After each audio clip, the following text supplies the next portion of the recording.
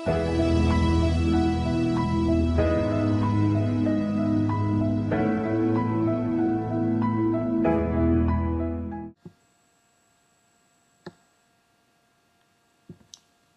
Jacob, by Renée May the Musical Werepire.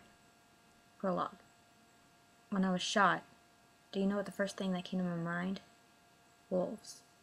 Suddenly, I'm 8 years old again, listening to old Quill tell stories about how our elders protected our land as wolves, or werewolves, from the beginning of the tribe to the stories of the Cold Ones.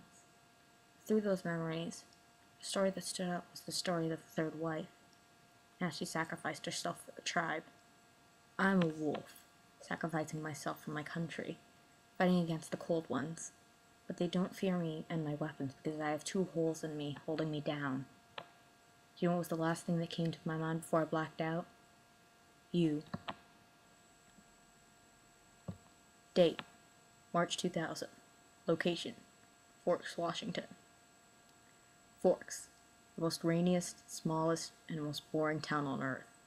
Not that the army was any different in any way. It's not like Call of Duty or any other war game. Even the thought of your life is on the line. It doesn't do much. If you must know, Forks is my hometown. Well, La Push is, but it's the same area, so it's not really much of a difference. I was just visiting, my dad in La Push. I was on leave for the spring, just like everyone else at school. I felt like such a child. I never been to college, finished high school, and went straight to the army. Just like everyone thought I should. I figured I should do something with my life, unlike my married sisters. Sure, I had a girlfriend or 2. Even thought I was in love once, but of course, I wasn't enough for them. Wanting to join the army and skipping college. I'm a distant relationship kind of guy. I'm not a distant relationship kind of guy. I've seen people in the army writing and receiving letters. I was bad news anyways, but I'll explain that later on. This isn't the story of my childhood. Not completely. My dad and my relationship isn't what you would call verbose. They don't talk much, not even letters. There used to be a time when me and my dad were really close, but now that's history. My dad has a weird obsession with the Quileute legends, which are complete bullcrap to me. I stopped believing in them long ago. To me, believing in those stories is like believing in crap, like that Santa Claus actually puts presents under your Christmas tree. Are you sure you want to go? My friend Kirk said to me. I know you don't like Forks much. The way you talk trash about it. I shrugged. I really have nothing better to do. Besides, I promised my sister that I'd check up on my dad every chance I got. Kirk shrugged. Why can't you just tell him something came up? I shook my head. No can do. Rebecca lives in Hawaii and Rachel is on her second honeymoon. Kirk sighed. Well, okay. Go get your old man. I smiled and I gave him a manly hug. See you in 2 weeks. After the long flight to Seattle, I took the bus back home. I met my dad at my old house. He was sitting on the porch. Hi, Dad, I said, feeling a little awkward. Hello, Jacob, he said, reading another Quileute book. I took my bags and brought them to my bedroom, taking off the boots and putting them in the closet.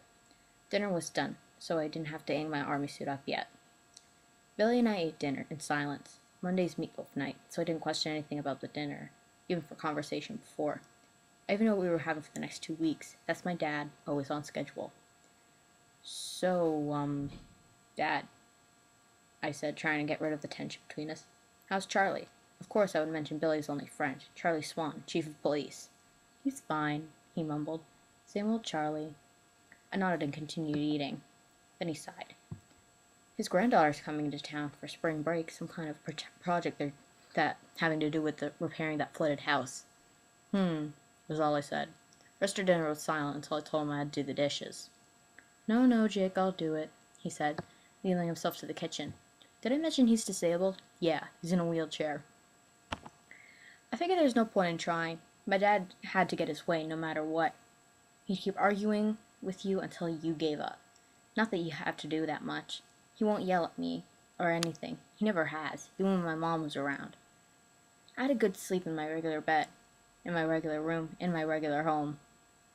My army suit was in the closet, but I had to keep my dog tag on my bedside table. I always wore my dog tag, just to show who was boss around here, not to mess with me.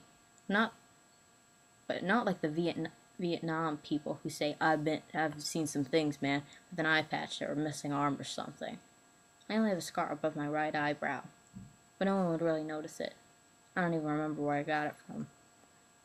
When I woke up, my dad was already starting to eat breakfast, his infamous pancakes.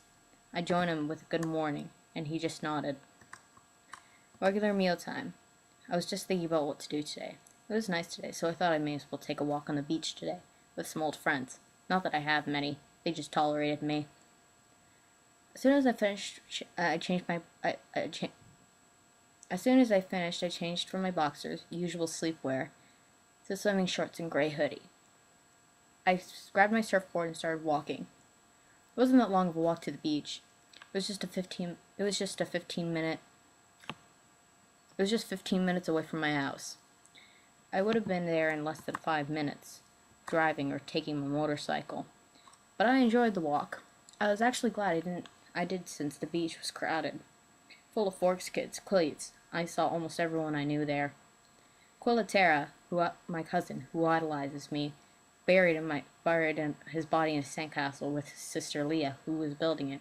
He was the first to see me.